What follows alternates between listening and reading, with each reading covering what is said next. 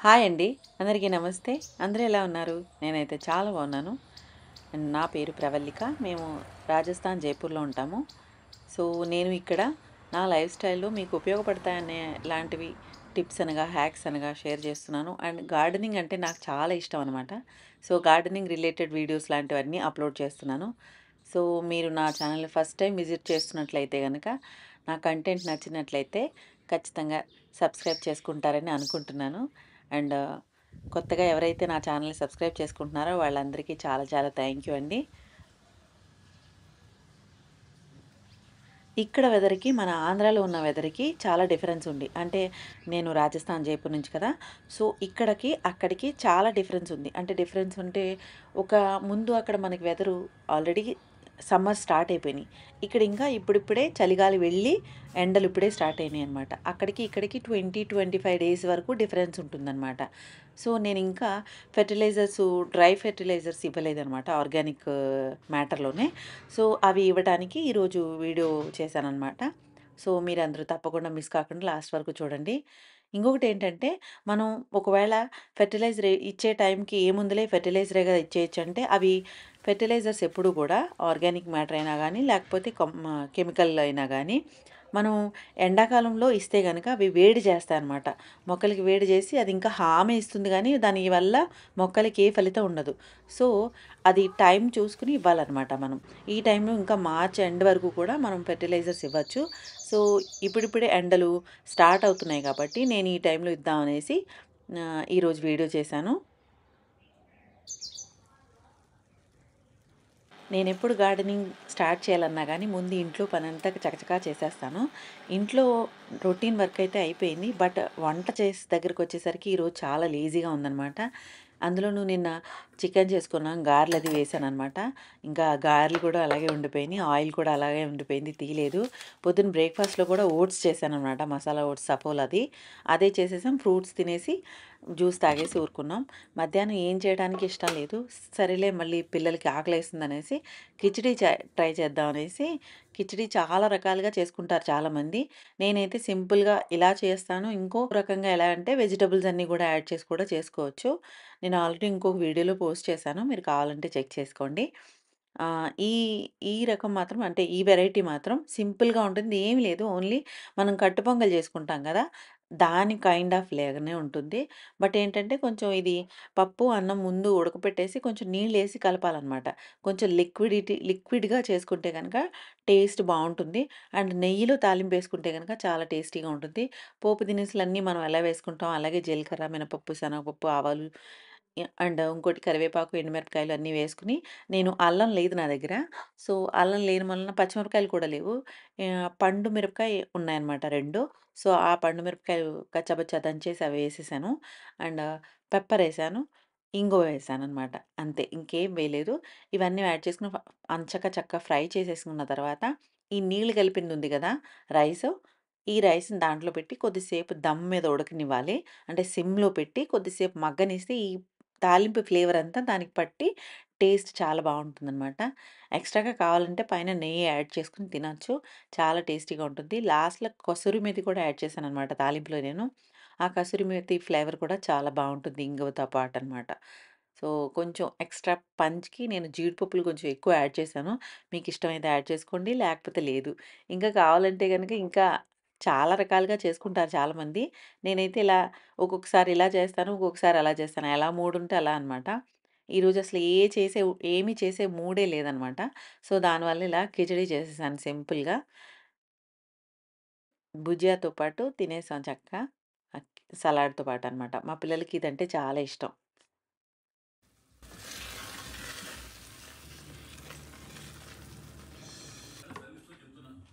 ఇలా సింపుల్‌గా లంచ్ తినేసిన తర్వాత ఒక్కసారి బయటికెళ్దామని బయటకొచ్చేసరికి బయటంతా కూడా మొత్తం ఆకులనమాట. ఈ చెట్ల నిండా ఆకులున్నాయి గదా! చిన్ని చిన్ని ఆకులనమాట.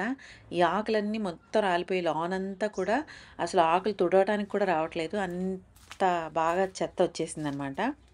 సరేలే ఇదంతా తుడుద్దామని మొదలుపెట్టాను. గేట్ తీసి చూసేసరికి కరివేపాకు చెట్టుకి ఆల్రెడీ పువ్వులొస్తున్నాయన్నమాట. ఆ పువ్వులు కాయలయిపోతాయి. సో, దాన్ని ఏదో ఒకటి చేయాలని చెప్పి పని స్టార్ట్ చేశాను.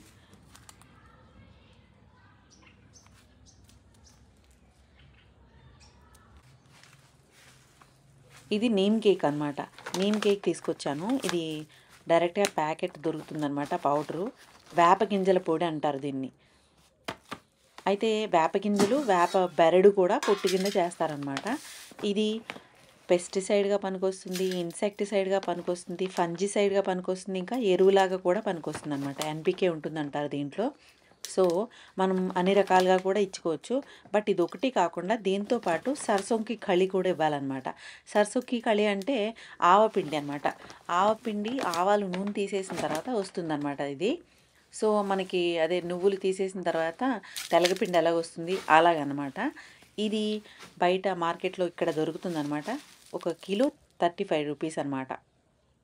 అయితే ఇది కొంచెం ఇలా బిళ్ళలు బిళ్ళల్లాగా గట్టి గట్టిగా ఉంటుందనమాట. దీన్ని మనం ఒక దేంట్లోనైనా వేసి పొడి చేసుకొని దాన్ని ఒక మంచి పౌడర్ ఫామ్‌లోకి తీసుకురావాలనమాట. ఇది మామూలుగా అయితే కింద కొట్టినా గానీ అంటే చాలా గట్టిగా టైట్‌గా ఉంటుంది. నేను సుత్తిచ్చుకుని కొట్టాననమాట. ఇలా ఇది కూడా చాలా మంచిది. ఇందులో కూడా ఎన్‌పీకే ఉంటుంది అని అంటారనమాట. ఇది మామూలుగా నీళ్ళల్లో ఒక 3 రోజులు నానబెట్టి నీళ్ళు కూడా ఇచ్చుకోవచ్చు లిక్విడ్ ఫెర్టిలైజర్‌గా. ఎక్కువ అలా ఇస్తూ ఉంటారు చాలామంది. ఇది డైరెక్ట్‌గా కూడా ఇచ్చుకోవచ్చు. బట్ ఏంటంటే ఇది డైరెక్ట్‌గా ఇస్తే గనక దీనివల్ల ఫంగస్ వచ్చే ఛాన్స్ ఉంటుందనమాట. ఓన్లీ సర్సోంకి కళి ఇస్తే గనక ఫంగస్ వచ్చే ఛాన్స్ ఉంటుంది. సో, దాంతో పాటు ఇలా నీమ్ కళి గూడా కలిపేసి ఇవ్వాలనమాట.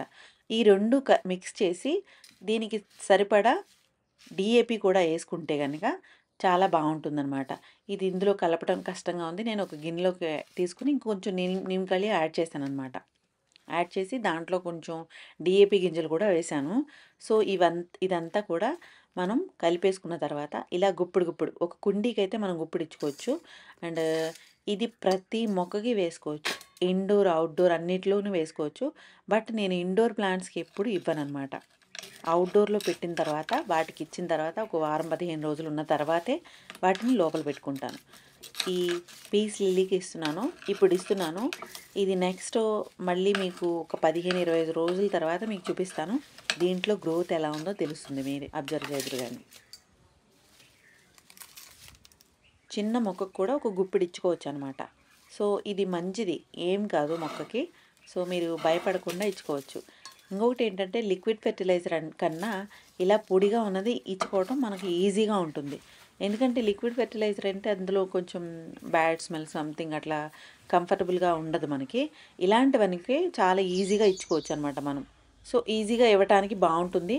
అండ్ ఇంకోటి కరివేపాకు మొక్కలు, ఇంకా మందార మొక్కలు, గులాబీ మొక్కలు, ఇంకా పామ్ చెట్లు ఇట్లాంటివన్నిటికి కూడా మనం ఇచ్చుకుంటే గనక చాలా మంచి గ్రోత్ ఉంటుందనమాట. ఎన్‌పీకే ఉంటుంది కాబట్టి అండ్ నైట్రోజన్ ఎక్కువ ఉంటుందనమాట. సో, దానివల్ల బాగా గ్రోత్ ఉంటుందనమాట. ఎప్పుడు గ్రీన్‌గా హరాభరాగా ఉంటాయన్నమాట ఇవి. సో, ఇది చక్కగా మనం పిడికిడిచ్చుకుంటే చాలా బావుంటుందనమాట.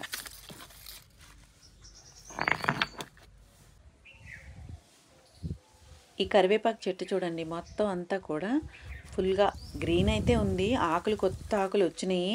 బట్ ఏంటంటే ఇప్పుడు ఈ టైంలో విత్తనాలు రెడీ అవుతాయన్నమాట చాలా మట్టికి. సో, విత్తనాలకి పువ్వులొచ్చేసినాయి అనమాట. ఇది విత్తనాలకి ఎదిగిందంటే మాత్రం ఆకంతా ముదిరిపోతుంది తర్వాత. ఆ విత్తనాలు ముదిరి, పండి, కింద రాలి పడిపోయే వరకు కూడా చెట్టు వేరే ఏ దానికి ప్రొడక్షన్ ఇవ్వదనమాట. అంటే విత్తన విత్తనాలు రెడీ చేయడానికి తయారైపోతుంది. ఇంకా కొత్త చిగురు రాదు, కొత్త కొమ్మలు రావు, ఏది రాదనమాట. సో, ఏం చేయాలంటే ఇప్పుడు మామూలుగా మనం ఈ ఫెర్టిలైజర్ రెడీ చేసాం గదా! సో, ఇది చక్కగా దాని చుట్టూ ఒక గొయ్యలా తవ్వేసి, ఆ గోతిలో మనం మనకి ఎంత కావాలో, ఎంత వెయ్యాలి అంటే అంత చెట్టుని బట్టి వెయ్యాలనమాట. నాది చెట్టు కొంచెం పెద్దది. సో, దానివల్ల నేను కొంచెం లోతుగా కొంచెం తీసుకున్న తర్వాత 3 గుప్పట్లు వేసాననమాట. వేసేసి చుట్టూ వేసేసిన తర్వాత మట్టి కప్పెట్టేసాను. దానివల్ల ఏంటంటే స్లోగా తీసుకుంటుంది.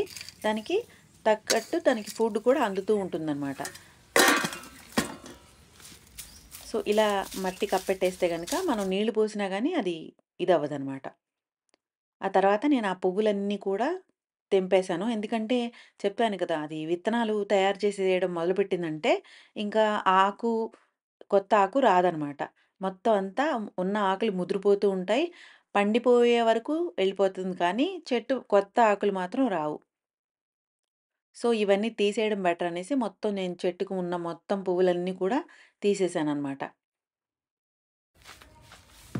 ఆ తర్వాత నా దగ్గర ఇలాగా చామదుంపలు ఉన్నాయన్నమాట.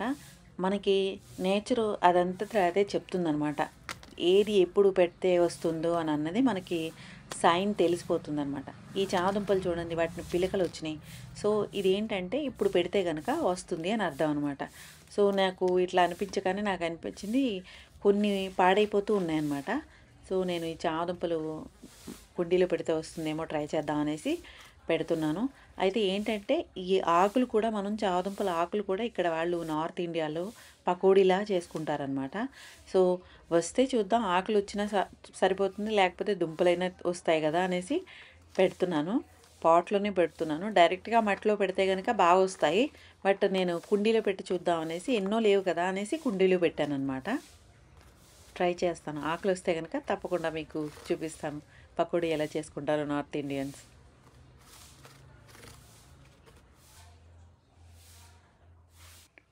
అండ్ తర్వాత ఈ పైన అడేనియంకి కూడా నేను ఆ తయారు చేసిన ఫెర్టిలైజర్‌ని ఇచ్చేస్తున్నాను.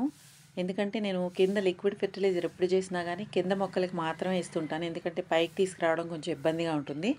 సో, పైన లిక్విడ్ ఫెర్టిలైజర్ ఇవ్వటానికి అంత ఛాన్స్ దొరకదు. ఎప్పుడు నేను డ్రై ఫెర్టిలైజరే ఇస్తూ ఉంటాను. ఇప్పుడైతే అడేనియంకి ఇప్పుడు చిగుళ్ళు రావటం స్టార్ట్ అయిందనమాట ఇప్పుడే.